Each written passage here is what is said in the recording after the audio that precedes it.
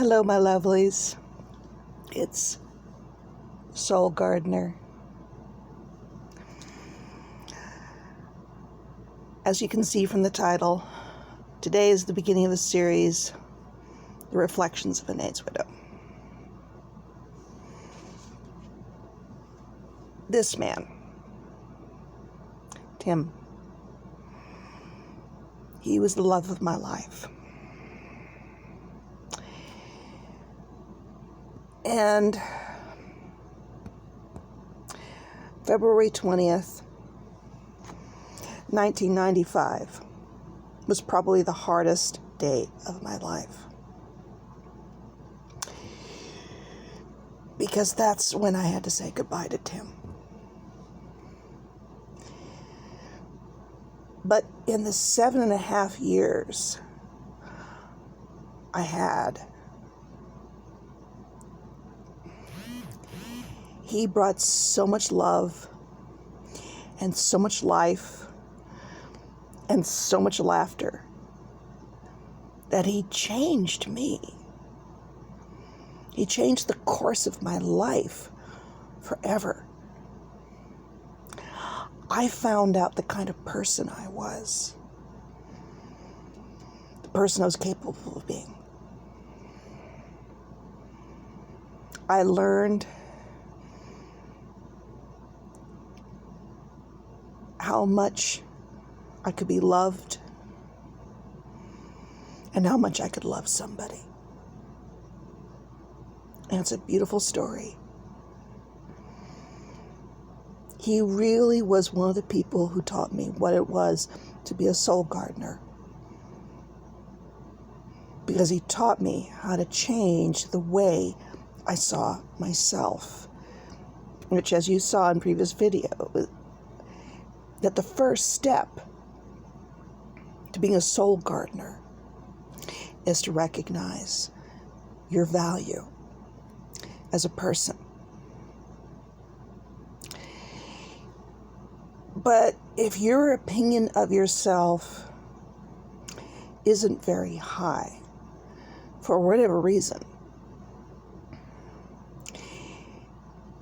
many times you need somebody who sees you, knows what you're like, your strengths and your weaknesses, but still sees your value. And that's what Tim did for me. And it's such a wonderful story, I just have to share it with you. So, our story begins in the fall of 1987. I was a senior in high school. And although I could smile, I wasn't always happy. I wouldn't know until years later. But both of my parents had undiagnosed mental illnesses. And that made life hard sometimes. I was so focused on them and what they needed, focusing on me and what I needed, and it somehow felt wrong. I certainly didn't feel beautiful. So I comforted myself with daydreams. Oh, I could make up stories for hours and hours and hours and hours and hours in my head. And there, I might dare to think of myself as pretty, but it was way out there. And then one day, I was about 17, and it was my first day working for my grandmother's brother after school. And let me tell you, by the end of that day, of having to take the bus to my great uncle's, which was about a good hour bus away after a full day of school. And then Uncle Fred was, well, kind of crusty.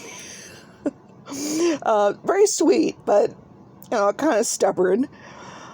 By the end of the day, I was just shot. I was so exhausted. So I went to the bus stop, and I got on the bus. And even though I was generally pretty chipper, at least on the outside, and was kind of these people that, I would talk to everybody, knew him or not. I loved Will Rogers used to say, a strange friend you haven't met yet. But that day, no.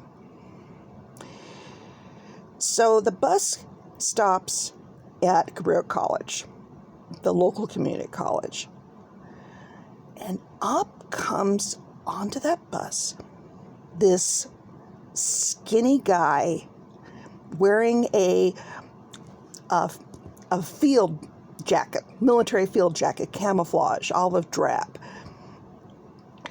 He had this short, reddish,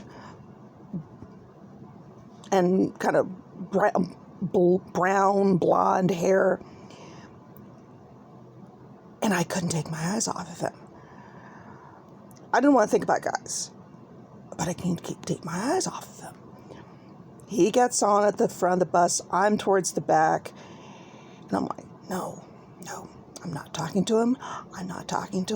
I am not talking to this guy. No way. Forget it. But finally, exhaustion is like, and I yawn. And he pops up, you must be tired. Like, oh, you're paying attention to me. And next thing I know, I'm telling him everything about me. He's just asking me question after question after question about, what do I like? What am I into? What are my studies? And like I said, I was so used to being taken care of my parents and their needs. I wasn't thinking about my needs. So for somebody to sit down and ask me about me, sign me up. And so I talked to him until the bus gets to the last stop. We have to get off. And I had to cross the street to get to the local bus that I would take home. Well, the young man walks with me, and he crosses the street with me, and he asks me about halfway across the street, so what's your name? But I said, Ariel. He stopped in the middle of the street. I mean, stopped.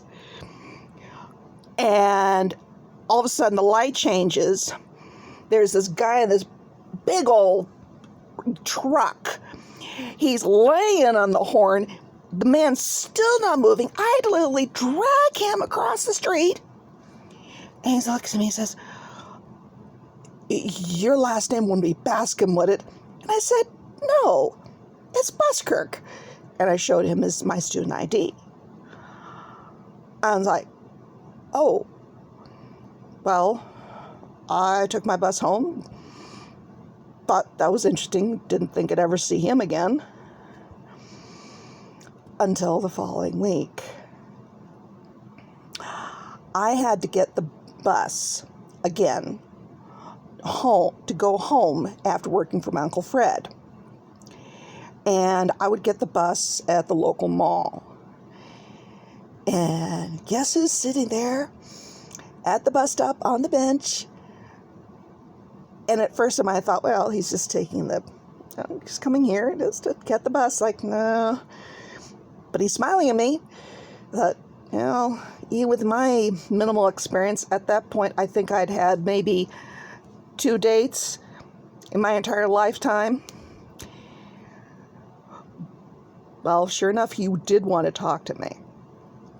So, we get on the bus, and he says, I got to explain what happened to you, what happened to me last week.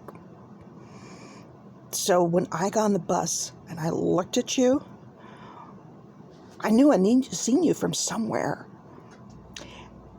And I thought, well, I know her. And Tim had a photographic memory. So he went into his mind like a Rolodex and went through every image of every girl he had ever seen that looked any close to me, and came up with nothing. So he went on a limb. Now, he had been writing his own science fiction for years. Clue, I'm also a big sci-fi fan. So he went through every fictional character he'd created. And there I was. I mean, in Tim's words, it was like that character had been shaken to life and stuck in the back of that bus. Unfortunately, I didn't want to talk to him. I had frozen him out. According to Tim, it was like I had completely encased that whole back of that bus in ice. But he found a way to break through, as I said, by telling me I must have been tired because I yawned.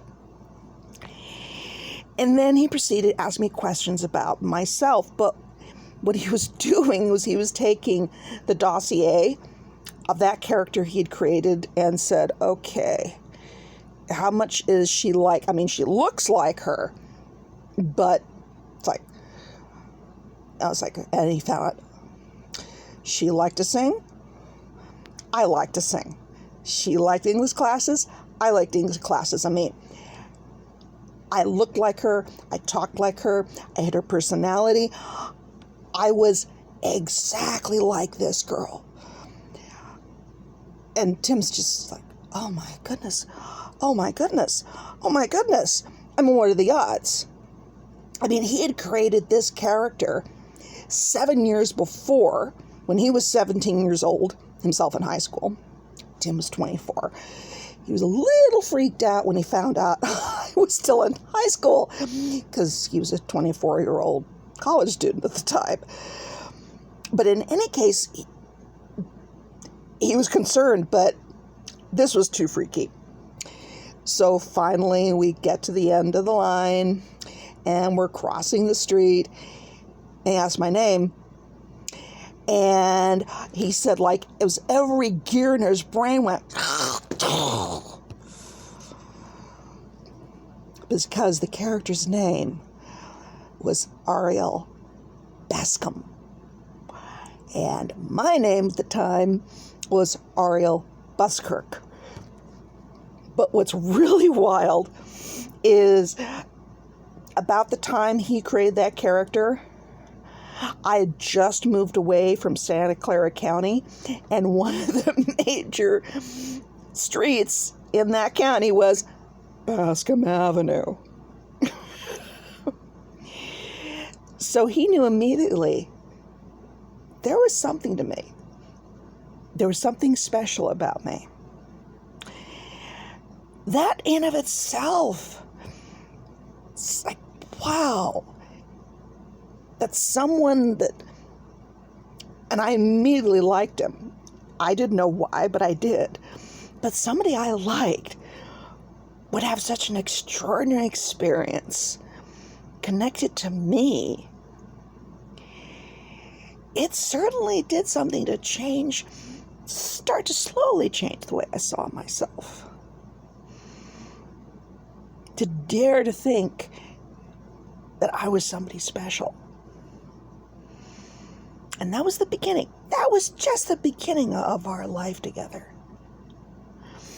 But you'll have to wait for next time. Until then, if this was something enjoyable for you, of course, please like the video. and share and subscribe. And until then, keep blooming,